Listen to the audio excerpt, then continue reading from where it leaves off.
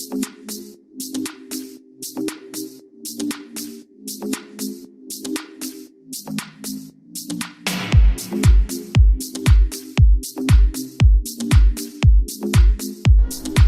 guys, I'm Yolanda Mabanga and you are tuned into another episode of UBUNTU.biz. Remember Thabani Dube, who's actually also known as the pizza guy? I actually did an interview with him a few months back where he was actually forced to make a pizza due to the hard lockdown and even made his own pizza oven. Well, the pizza guy is actually doing very well for himself with this beautiful establishment behind us, which is actually on the main road here, Umlazi. So of course I want to find out about all of this and more. So do join me.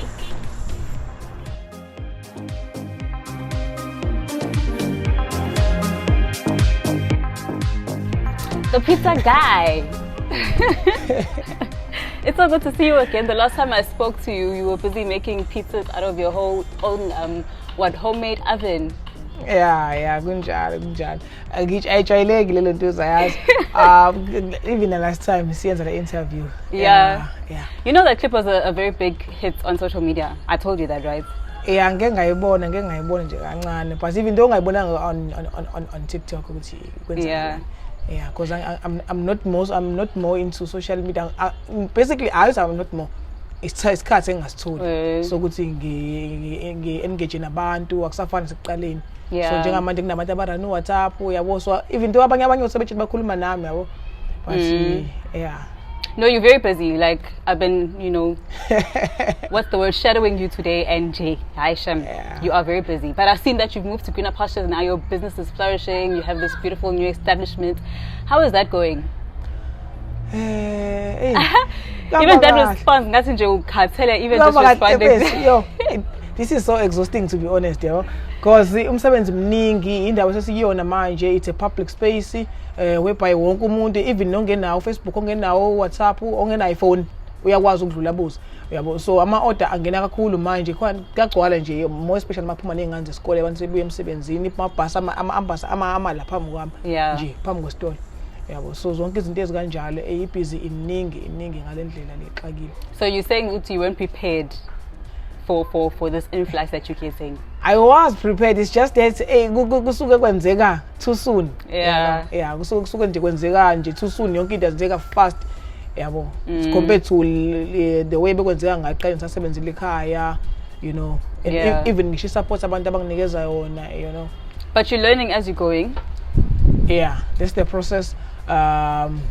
Namanje njengoba ngisebenzela lana kuyikona ukuthi I'm trying to adapt, bengivele sengiprepared ukuthi no ngizosebenza, then I'm gonna see ukuthi kwenzeka kanjani along the journey, ngibone ukuthi because vele kumele kube mina adaptayo ukuthi kwenzakalani, just to check ukuthi kwenzakalani, abantu basebenza kanjani balana, ithini ibhizi yakhona, and also. But you're at a very proper establishment, proper place. It's very open to like you can actually grow beyond your imagination.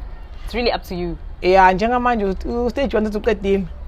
Sinomazi kunomfundisi okumazi sisebenzisana naye with my PA ongrane admin, so sisebenzisana naye kakhulu entweni eziningi za the pizza guy. So stage 1 lo, because aim beyithi by this year we should have about 5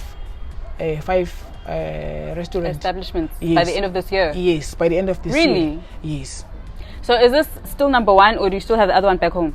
No, this is still number 1. Okay. This was the main target, which is Pumela Paya, and then own something before we even go out for our franchises, because we wanted to show abantu ukuthi this is what we do. Not ukuthi state ama franchise and then umuntu bese yaqala yena kubo yena uzosenzela isitolo sokuqala, So this is what we wanted. So okay, it's cut. Yeah. Because I've seen online that you've actually spoken about franchises. Tell me more about that. For our franchises, we are looking for abantu abazosiza to grow the business, to grow the brand. Nje zonke indawo because njengamanje asinawo amandla ukuthi sibe all out zonke indawo, but bakhona abantu aba interested ukuthi because bayayibona ukuthi iyasebenza, so bakhona abantu abafisa ukuthi bayipush ibrand, bapush igama kule ndawo bakuzona ama townships abo, so izinto ezikanjalo. That's awesome. Yeah. And then I also noticed that you give like pizza cooking lessons. Do you still do that? Or you don't have time? Angisenayo isikhathi, to be honest. Yeah. I used to, and then charge abantu for a week. Baphuma kokhela sonto lelo, and then simtrain, but bengamthatha umuntu waseduzane. Just ama basics okwenza pizza, to cook. Even though abantu beke complain abantu on social media ukuthi no, uyokwazi ukufundisa abantu because abantu uzofundisa umuntu kanti unemali, and then bese overpower antshontshe into ayikho into enjalo, ayikaze yaba khona, ayisoze yaba khona futhi.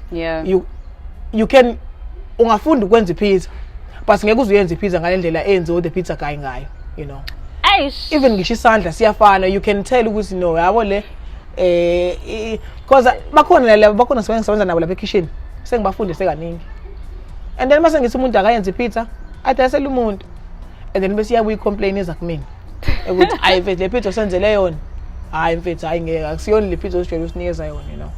Even though umuntu somfundise umuntu kwaphela inyanga, umuntu umfundise no baba senza kanje enza manje phambi kwami, isandla asifani, you know. Okay, besides all these things that you've already mentioned, what else do you do within your pizza business? I'm a multi-talented person. Yeah, if I can put it that way. Ngiyacula. I do my fabric paintings. By profession, I'm an artist. You know, when I was looking at your establishments outside, I realized, you know, that you were the one who did the logo on the building. Like, was that really you on both sides? Yes, and then even for all brand the stories is like on the business. So ngibukile no angikwazi uqasha umuntu ekubeni lento ngibe ngikwazi ukuyenza, you know, because it's something I'm passionate about, you know. I-art, ukucula, zonke izinto lezo ngiyazithanda zonke, you know. But kuyikona ukuthi angikwazi ukwenza konke kanye but luckily for me kwenzakalile ngakwazi ukuthi ngithi ngithola indawo yokusebenzela, and then iphinde ngikwazi futhi ukuthi nothi no ngizoyibhalela mina la, then ukuthi ngikhiphe imali iphuma iye ngaphandle komuntu ozokwenza into engikwazi ukuyenza, and mina futhi ngizoyenza ngalendlela engiyithanda ngayo. You know. Since your move from where you were before to here, I'm sure it wasn't a walk in the park. You ran into some hiccups with your shift in the business. Has there ever been a moment where you were just like, as in, no, let me just go back to where I come from because this is just too much for me? Have you ever thought of that? There was a time. Because of pressure, because of challenges? My challenges and maningi, and what's like your biggest challenge where you were just almost like, how am I? I'm going to quit this thing. Like, what happened? Can you tell me about it? Me starting a business is ngiqala lonke izinto kanje lonke lelo hambo lolu.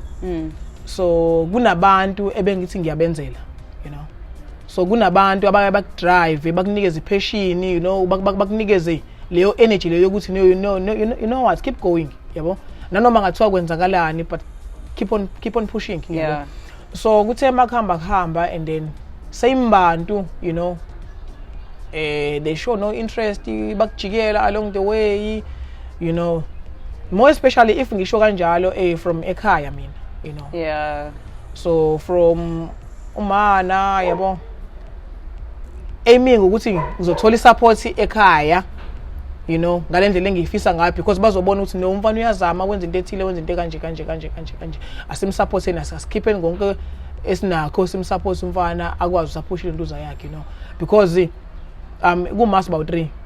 So njoba siba u3 na mini lasiboni, and laba abanye bathathela indlela zabo, you know.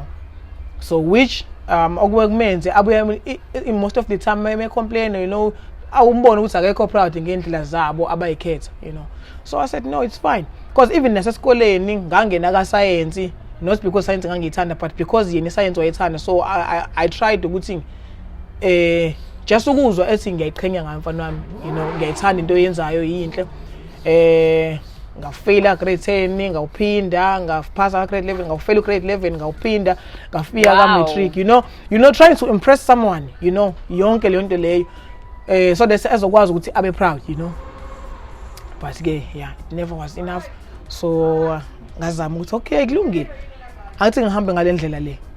Ngithola umsebenzi, ngiresign, ngithethiswa, so wena uyekilana umsebenzi, you know, because kwangekho kumina ukuthi ngihambe ngiyosebenza, you know.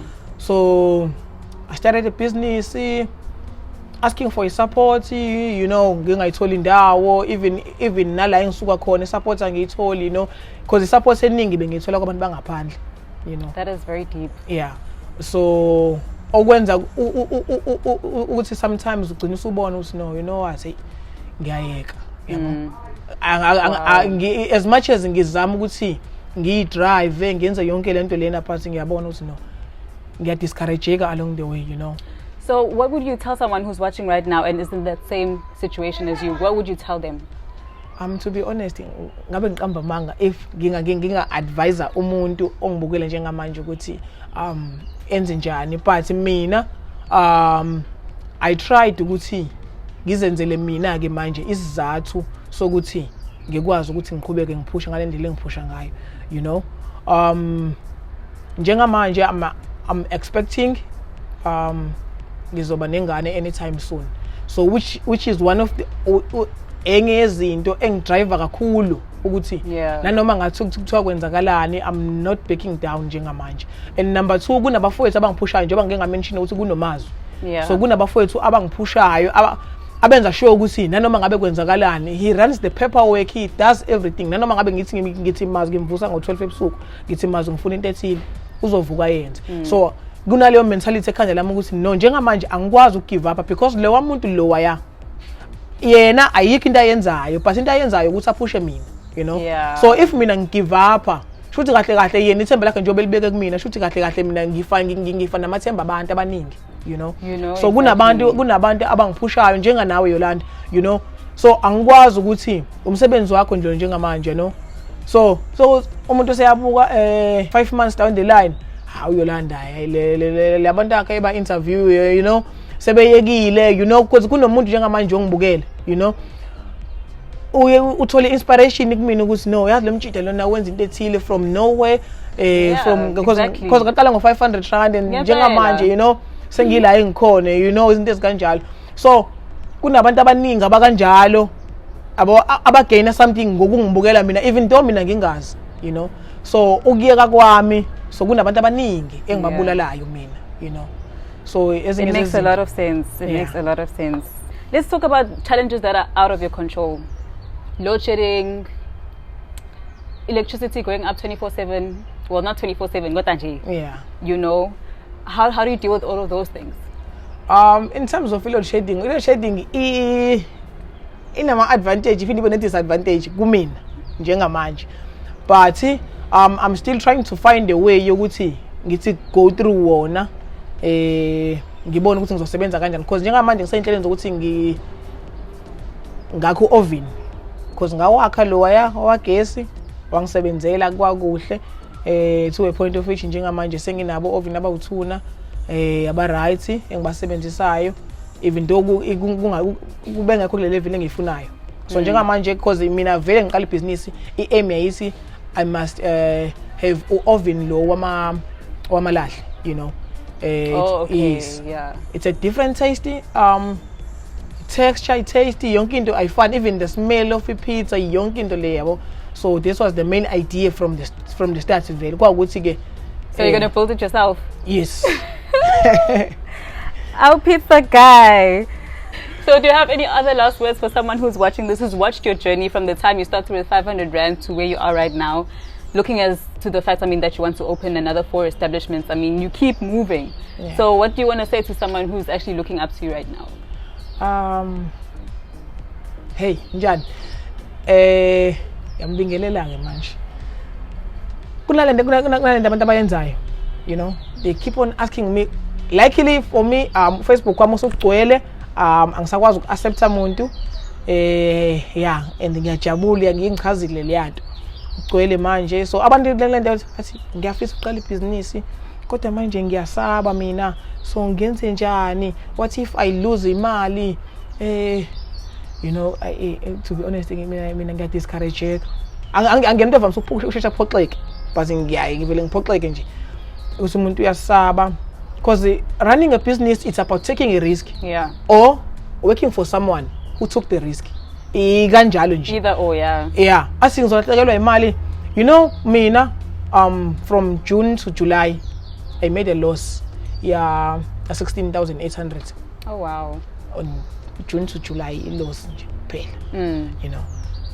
But angaze ngithi hayi sengiyayeka ke mina yabona ke le nkenza la ngiyayeka nje mina lena ngoba manje ngiyadayisa la kodwa nje angiyiboni profit, you know. Yeah, because running a business I take it like ukuthi it's more ukuthi you are cooking for umndeni wakho, you know, because mina wonke ama customer ami ngiwathatha as my external family, you know, because nasekhaya bangibuza uma lenta ama pizza akho wadayisayo ile uhlezi nje uthi awunamali awangiqinisile futhi ngisuke ngikhuluma iqiniso mangisa nginayikho imali because ngisuke ngazi ngenza i-loss, you know.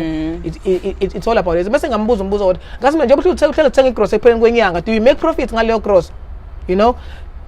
No, awuyenzi profit, but uyakuthenga ukudla bese niyakudla bese kuphela kanjalo. So mina ngiyakuthenga ukudla, but whoever odlayo contribute, you know. That's how I take this journey of running a business. Because no, it's more like ngithenga igrocer, but ukuze badle they're going to contribute something, you know. Because either way ngishuthenga igrocer ekhaya uyenze profit, you know. You making i-loss nje why every month nje kunemali nje ozoyispenda nje ye-loss nje yokuthi nje ngiyothenga ukudla, you know. So into kanjalo. So abantu abaye kusawuthatha ama risk, abasebenze benze izinto baye kufuna ama advice. I-advice yami njengaba niyeza wona abantu ukuthi abantu abayofuna ama-advice. Ama-advice awasebenzi. Enza into yakho uyiqale and then abantu bazobona ukuthi how it goes, you know. And abantu they don't care about imali, to be honest. They don't care about imali as long as umuntu uzomnikeza into ayifunayo. They can pay whatever abayifunayo, which is why uthola ukuthi kunomuntu okwazi ukuthengela ijini ya 16,000 ijini eyodwa, you know. Omunye uzothi ngeke amajini mangaka the price ngaphuma amajini amaningi, you know. That is why, because uthenga leyo nto because uyayithanda, you know. They don't care about imali abantu as long as uzomnikeza into ayifunayo. So which is why lento sibanikeza abantu, we giving them equality, you know. Even if ngathiwa isekusela inyama encane angikwazi ukumenzela lo muntu ipizza, you know, because ipizza yase the pizza guy, it's all about the quality over the quantity, you know. Thank you so much, Thabani, for all this wisdom that you have. Like, wow, it's been a very informative interview. Yeah. Yes, I'm going to be interviewing you when you have gone to even greater, even greener pastures. Yeah, after the other 4 establishments, ne? Yeah. All right, so we're going to be doing this very soon. I hope everything goes well from you and the rest of your staff. And from me, thank you for taking this time to talk to me. Kubonga thina kakhulu. Kubonga thina nkosazana. Umsebenzi nje omningi. Yeah. Kuyasetshenzwa shame. It's quite evident that the pizza guy has not had a walk in the park with his businesses. I mean, he's encountered a lot of challenges, a lot of pros and cons along the way, but he's still a man who's standing and determined to overcome these challenges and be even greater than he was yesterday. I mean, he talks about opening new establishments, the challenges of being on the main road, but those are the things that wake him up in the morning, things that he looks forward to. And for that, I salute him. Now, of course, if you know of any other entrepreneurs, you can let me know down here below, or you can find me on Facebook and on Instagram as Yolanda Mabanga. So until we get to actually do this again, from me, it's nothing but love. I will see you next time.